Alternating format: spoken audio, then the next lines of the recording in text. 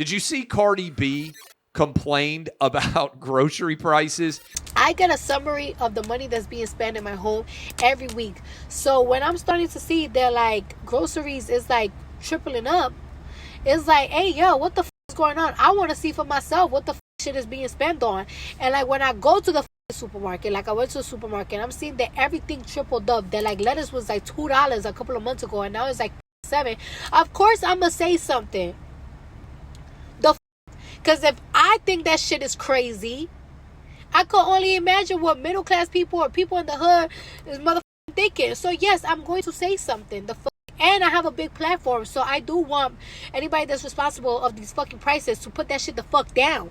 They're gonna see my shit, they might put it down. So shut the. What's fascinating is Cardi B. This is what you voted for. Okay, Joe Biden's economic policies are a disaster. And so it's fascinating to me to watch people who are capitalists, right? What I've been arguing for a long time is there's an unholy alliance in the Democrat Party between people who are actually creators of content, between extreme capitalists and Democrats. Because Democrats do not support you. Like this is one of the things that I would like to do is remake the political party structure. Because if you are a clear capitalist, which the Cardi B's, the Taylor Swifts of the world are, rappers, Jay-Z, Beyonce, why in the world are you supporting left-wing socialist economic policies? It's the antithesis of everything you have fought for. And look, I understand the argument of, oh, we're trying to drop a ladder to help everybody else climb up. But Democrats don't understand basic economics. I've voted for Democrats before. I voted for Al Gore. I voted for Barack Obama. But if you go back and look, Bill Clinton Democrats used to understand basic economics. They understood business. They had smart, sophisticated leaders around them who understood business. There's almost no Democrat out there at all who understands basic business. And if you are a successful capitalist, innovator, a creator, this Cardi B complaining about inflation, you voted to create inflation. And remember, as bad as inflation is right now, it would actually be far worse, frankly, if Joe Biden had gotten his way. Remember, Joe Biden wanted to spend $5 trillion more than what actually ended up getting spent in his budget policies. The only reason inflation is not 20% is because Republicans stood up and said no. Now, I wish we'd all stood up and said no on more things, right? Economic policy-wise, lockdowns were a disaster.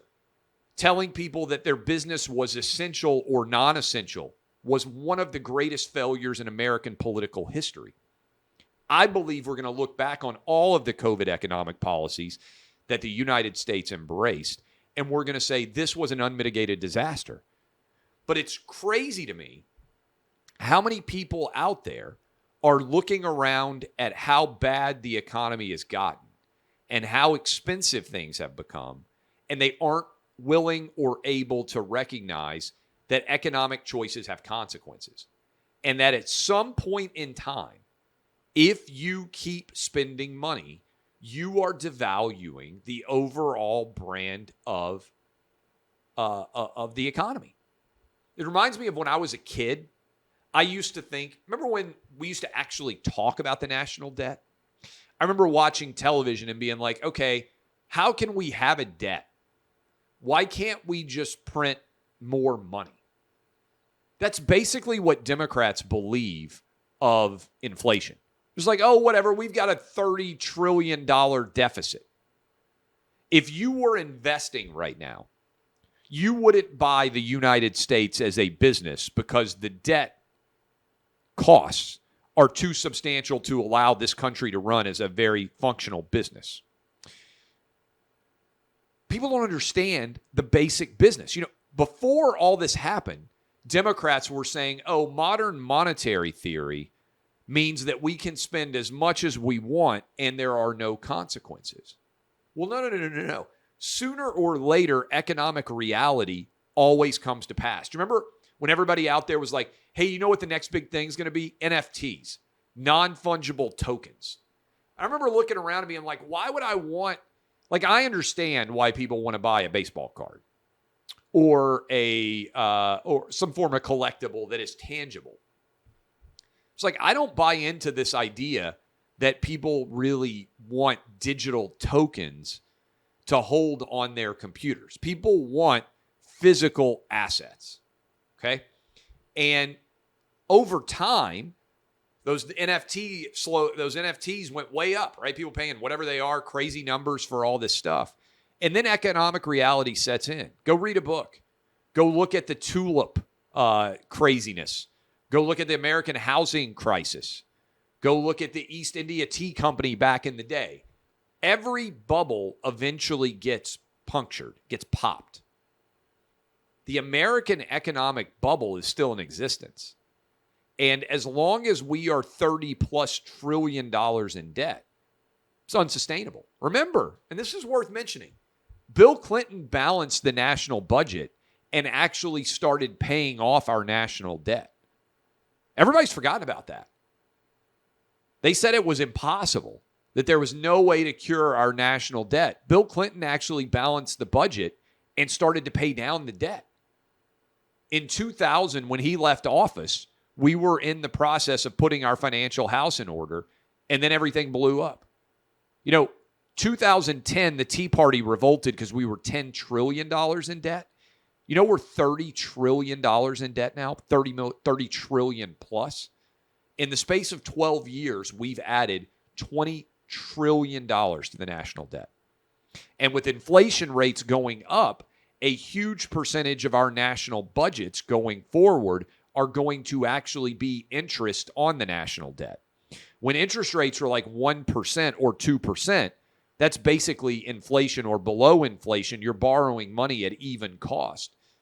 Now our rates of borrowing money, try to get a mortgage right now, it's nearly 7%. It's doubled in the space of a year. These are real, tangible financial consequences. So I understand people like Cardi B complaining about inflation. Good for her for recognizing what things cost, because lots of really rich people don't. But understanding what the economic reality is that has created those circumstances is also important.